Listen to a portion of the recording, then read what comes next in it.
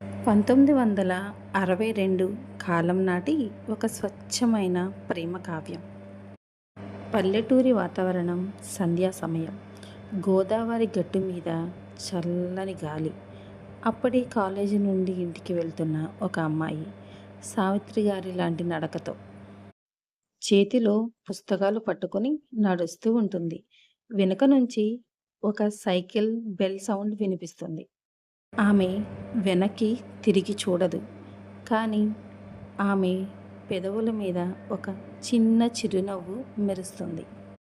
ఆ సైకిల్ మీద వస్తున్న యువకుడు అచ్చం అక్కినేని నాగేశ్వరరావు గారిలా తెల్లటి షర్టు, పంచె కట్టుకొని ఉంటాడు.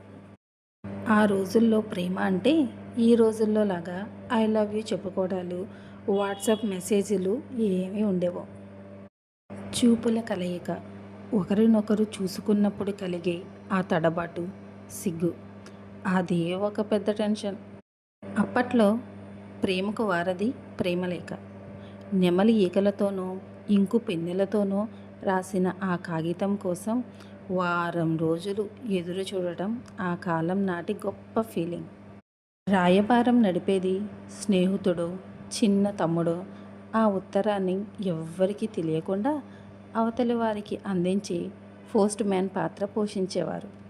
1962 నాటి కథల్లో విలన్ అంటే ఒక గయ్యాళి అత్త, లేదా కుల మతాలను పట్టుకు వేలాడే పట్టుదల గల తండ్రి. వారి వారి అంతస్తులు పెద్ద గోడలా ఉండేవి. ప్రేమికులు పారిపోవాలని ఆశించేవారు కాదు, త్యాగం చెయ్యడానికో లేదా పెద్దలను ఒప్పించడానికో ప్రాధాన్యత ఇచ్చేవారు. ఆ కాలం ప్రేమలో తొందరపాటు ఉండేది కాదు, కేవలం ఆర్ద్రత మాత్రమే ఉండేది. తాకకపోయినా తన్మయత్వం కలిగేలా, పలకరించకపోయినా పులకరించిపోయేలా ఉండేది. ఆ 1962 నాటి బ్లాక్ అండ్ వైట్ మాయాజాలం.